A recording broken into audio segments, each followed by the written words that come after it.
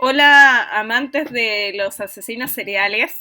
Hoy día vamos a hablar de Jeffrey Dahmer, más conocido como el carnicero de Milwaukee. Bueno, y entre los momentos que lo marcaron tenemos que sus padres siempre peleaban, su curiosidad por los animales muertos, la posterior separación de sus padres y el abandono que sufrió, descubrir que era homosexual y su alcoholismo. Pero dentro de los puntos que tú hablaste, igual hay uno que es súper importante, que es cuando los papás se separaron, porque generó en eso, en él, como una especie de problema con el abandono.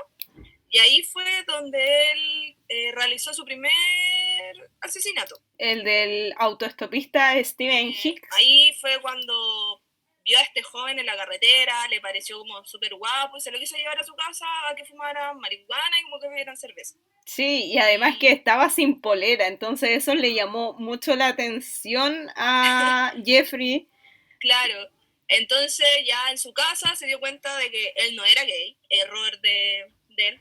La cosa es que esto le provocó como un rechazo. Entonces fue en ese momento que él pensó, claro, me va a dejar acá solo y se va a ir.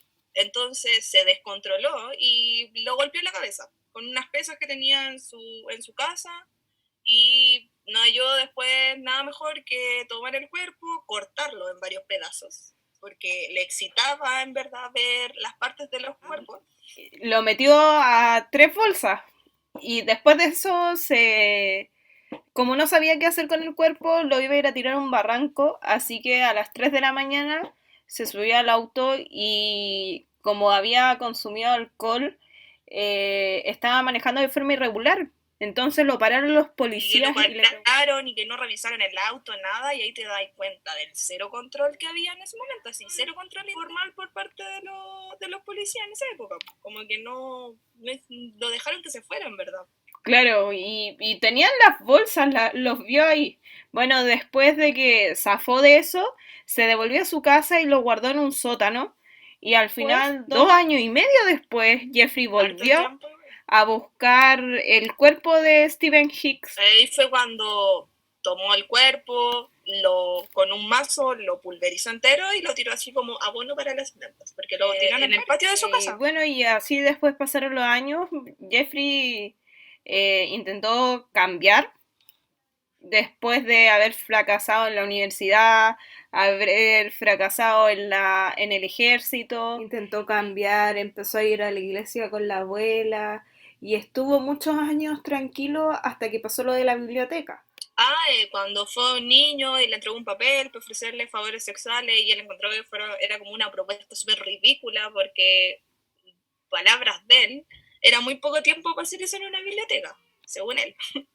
Entonces ahí ya como que volvieron de nuevo los pensamientos de querer tener relaciones con el cuerpo de personas muertas, cercenar a las personas, de matarlas, como que volvieron todas esas voces que trató de callar durante mucho tiempo. Claro, y además que ahora, después del primer asesinato, refinó su método porque se consiguió pastillas para adormecer a las víctimas.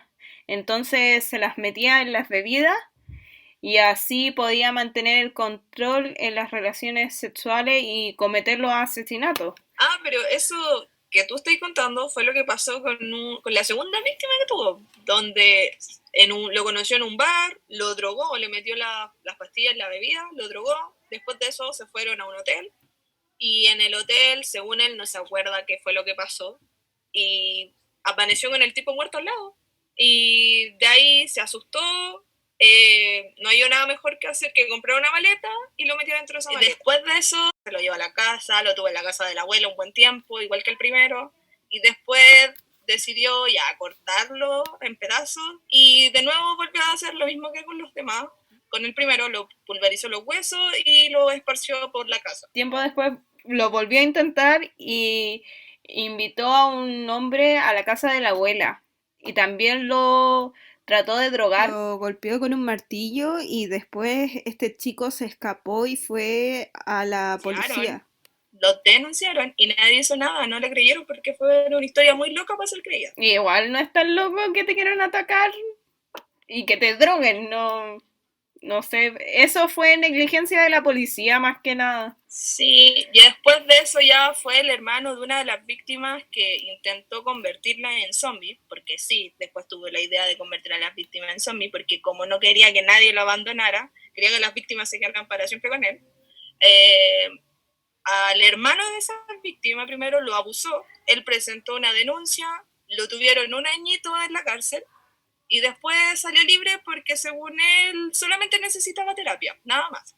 Bueno, y lo más terrible es que esa víctima también se escapó y de hecho unas vecinas lo ayudaron y ayudaron a llamar a la policía y cuando la policía justo llegó, Jeffrey los vio y los convenció de que el tipo era un amigo de Jeffrey y que estaba ebrio, así que lo devolvieron a su departamento. ¿Te das cuenta entonces del poder de convencimiento que tenía Dahmer para que nadie le creyera que no le estaba haciendo nada a este chico si era evidente que estaba drogado y que algo extraño le pasaba? De hecho, hubo unas vecinas que intentaron ayudar a este chico y no, los policías la echaron del lugar porque según ellos estaban haciendo como show.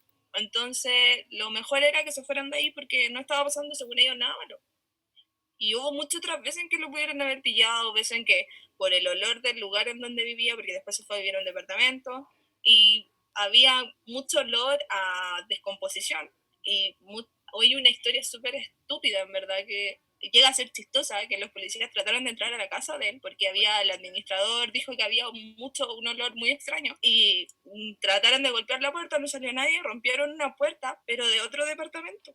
Sí, eso es insólito. Este tipo, él creía que tenía mucha suerte, por eso al final él se creía casi un ser Intocable. distinto, intocable, porque al final siempre se salvaba. Hubo una vez que la policía entró hasta su casa y lo interrogó por un homicidio, pero cometido por otra persona.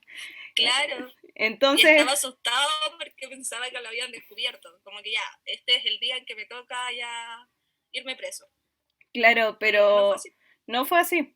Y bueno, después lo atraparon, lo metieron a la cárcel. En el juicio se discutió si él estaba lúcido o si estaba enfermo. Hubieron muchas discusiones. Lo declararon culpable y finalmente determinaron que él efectivamente estaba lúcido. Él estaba consciente de lo que hacía, si para qué vamos a estar con cosas así. Nadie le creía ese hecho de que dijera que no, que estaba loco y no me acordaba de lo que estaba haciendo. Eso no era algo real, porque él sabía, y de hecho en muchas entrevistas y documentales dice que él estaba consciente de lo que estaba haciendo estaba mal, pero que no podía controlar los impulsos que tenía.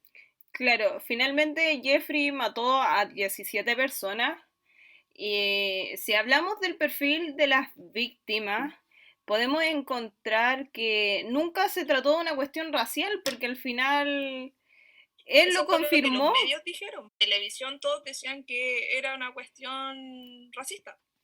Claro, pero él lo confirmó en una entrevista que no era eso. Él solo seleccionaba muy cuidadosamente a sus víctimas y fue por una coincidencia de que en el sector en el que él vivía, vivía mucha gente de raza negra. Claro, pero te das cuenta que ahí la manipulación de los medios es como hace que la gente cree estereotipos que en verdad no existen, porque nunca él fue racista, sino que solamente mataba hombres al azar y si los pillaba y le gustaban, ya, era como que iba a elegir las víctimas, como que las seleccionaba, ya, si me gusta lo mato, porque Claro. muchas veces se llevó hombres a los que no mató. Sí, pues porque no le gustaban. Sí, él siempre fue, seleccionaba bien a sus víctimas y al final tuvo distintos tipos de víctimas. Tuvo jóvenes negros, latinos, los jóvenes laosianos, entre otros tipos de víctimas. Lo importante al final es que